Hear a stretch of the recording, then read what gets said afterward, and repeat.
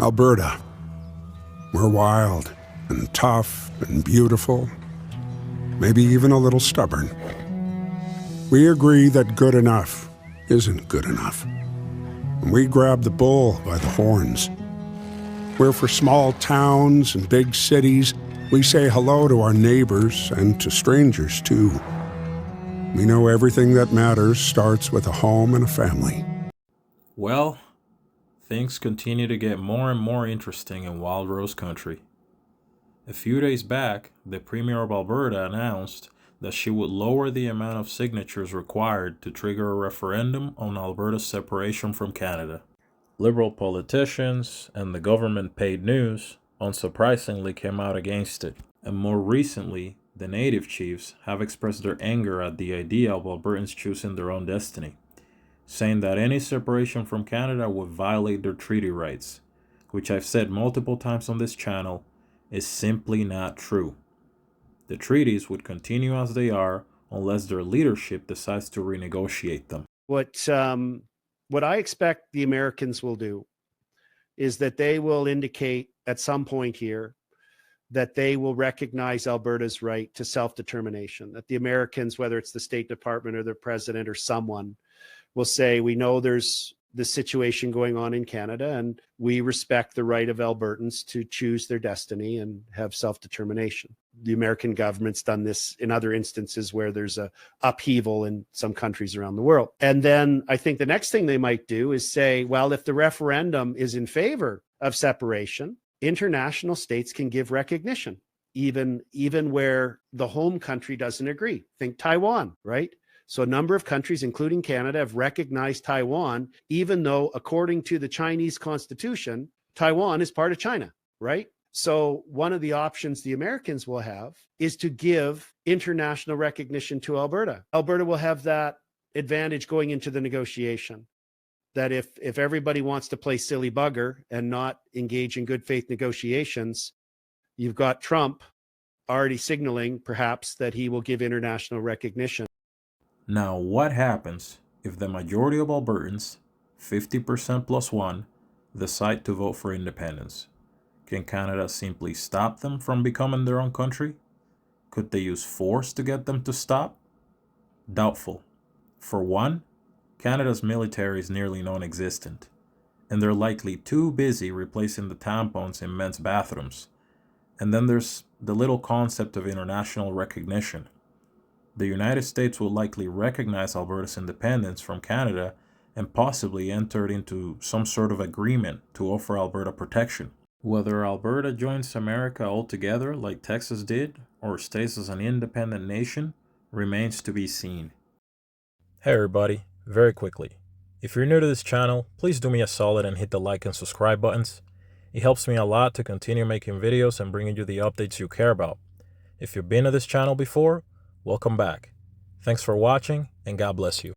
How is it helpful, though, Premier, with respect to open the door to, for example, a citizen-led referendum on separation if your overall objective is to engage in more fruitful negotiations with the federal government? And if, in fact, that referendum results in a vote to separate, would you? I would say there's a lot there. I would say that we were in the process of modifying all of our elections laws because we had heard that the thresholds for both recall and citizen initiative were too high, and so they were unrealistic. So that was a process that was taking place independently. It may well be that this is an issue around autonomy is the first one that garners enough signatures to be put to the people.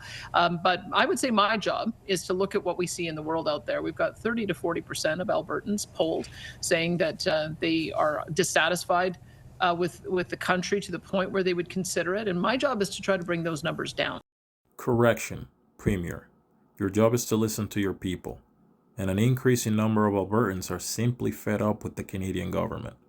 30 to 40% was the pre-election number. Those numbers are likely much higher today. That's what I'm doing. That's why I have been told by my caucus and by the people that I speak with to give this new prime minister a chance to see if we can get to a deal. And that's what I intend to do, is to go into those discussions in good faith and hope that we can get to a resolution and a meeting of the minds. Isn't the easiest way to quell that sentiment to say it won't happen? Sure, because not listening to your citizens and ignoring their concerns is the way to go. Can't say I expected much better from government-funded media. Well, I think you can see that if there isn't an outlet, it creates a new party. In Quebec right now, the Parti Québécois is polling highest of the provincial parties, and we also see that the Bloc won a significant number of seats. I don't want to see that happen. I want to see us identify the issues that matter to people. Let's not demonize people. Let's acknowledge that the feelings that they have a root, and the root is in the way Alberta has been treated for the last 10 years by the Liberals. So that's genuine, and I'm being very direct with the Prime Minister and saying if we can solve some of these things, I think that will bring the temperature down, and that's what I'll continue to do. But saying that, you don't want to get to the vote is not the same as saying that you wouldn't pursue it if it is a yes vote. Just to be clear to Canadians who are watching in Alberta and outside Alberta, if the citizens of your province vote to separate, are you going to pursue that? What I have said is that I will respect the outcome of citizen-initiated referenda. Look at the entitlement and fake shock this so-called journalist is displaying. I love how she mentions citizens outside Alberta, as if they have a horse in this race. This has nothing to do with the rest of Canada. Whatever Albertans choose through a democratic vote is what matters in the end, not the opinions of people in Ontario, Quebec, or whatever other province. And that's why it's my job to make sure it doesn't get to that point. I want Canada to be strong and united, and for provincial jurisdiction to be respected. And that's what I'll be working towards. Surely, though, you can recognize, Premier, that the feasibility, even if the vote were to go ahead, is incredibly complicated. And some of the, for example, Indigenous people in your province have highlighted that. Healthcare transfers, how does your system work without them? Is it responsible to leave that door open in any way? Well, I think that's up to constitutional scholars and to lawyers to discuss. At the moment, there isn't a petition campaign. There isn't a question. All there is I think, some goodwill in trying to be able to resolve some of the issues that have burbled up over the last 10 years. And that's what my intention is going to be. I'm not even talking legally, though. I'm literally picturing Alberta, where you and I both know I lived for almost 5 years, with a healthcare system that does not have healthcare transfers. Nonsense.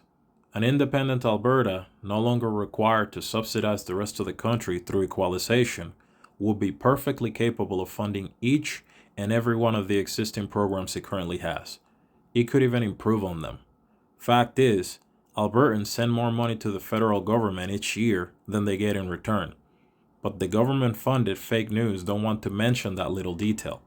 Expect them to continue to try to manipulate Albertans by lying to them and telling them that they would lose social programs and pensions, which is simply false.